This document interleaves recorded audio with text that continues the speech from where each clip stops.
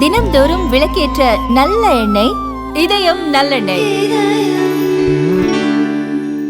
சட்டவிரோத நடவடிக்கைகள் தடுப்புச் சட்டத்தின் கீழ் லஷ்கர் இ தொய்பா நிறுவனர் ஹபீஸ் சயீத் கூட்டாளிகள் உட்பட மேலும் 23 பேரை பயங்கரவாதிகள் பட்டியலில் மத்திய அரசு இணைத்துள்ளது.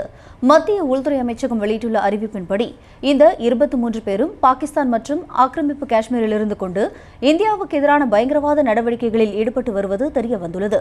இதில் 17 பாகிஸ்தானியர்கள், 6 பேர் இந்திய குடியுரிமை பெற்றவர்கள் ஆவர். இப்பட்டியலில் ஹபீஸ் சயீதின் நெருங்கிய கூட்டாளிகளான அப்துல் ரவுப், ராணா இப்திகார் மற்றும் லாகூரில் பயங்கரவாத செயல்களுக்கு இளைஞர்களை மூளைச்சலவை செய்து வரும் ஜிகாதி அமைப்பினர் பலர் சேர்க்கப்பட்டுள்ளனர். மேலும் கடந்த 2016ஆம் ஆண்டு ஜம்மு நக்ரோட்டாவில் உள்ள ராணுவ முகாம் மீது நடத்தப்பட்ட தாக்குதலுக்கு மூளையாக செயல்பட்ட முகமது அஸ்கர் கான் என்பவனும் இதில் அடங்குவான். பஞ்சாப் எல்லைப் பகுதியில் ட்ரோன்கள் மூலம் ஆயுதங்கள் கடத்தல் மற்றும் வெடிப்பொருட்கள் விநியோகம் செய்த குஜார், வசீம் நூர்ஜாட் ஆகியோரும் இந்த புதிய பட்டியலில் சேர்க்கப்பட்டுள்ளனர். இதன் மூலம் இதுவரை இந்தியாவில் பயங்கரவாதிகள் பட்டியலில் சேர்க்கப்பட்ட தனிநபர்களின் எண்ணிக்கை 80ஆக உயர்ந்துள்ளது.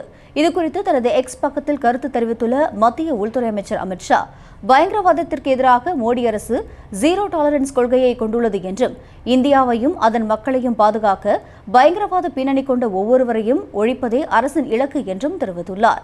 மேலும் பயங்கரவாதிகள் என அறிவிக்கப்பட்டவர்களின் சொத்துக்களை பறிமுதல் செய்யவும் அவர்களின் நிதி ஆதாரங்களை முடக்கவும் தேசிய புலனாய்வு முகமைக்கு முழு அதிகாரம் வழங்கப்பட்டுள்ளது குறிப்பிடத்தக்கது.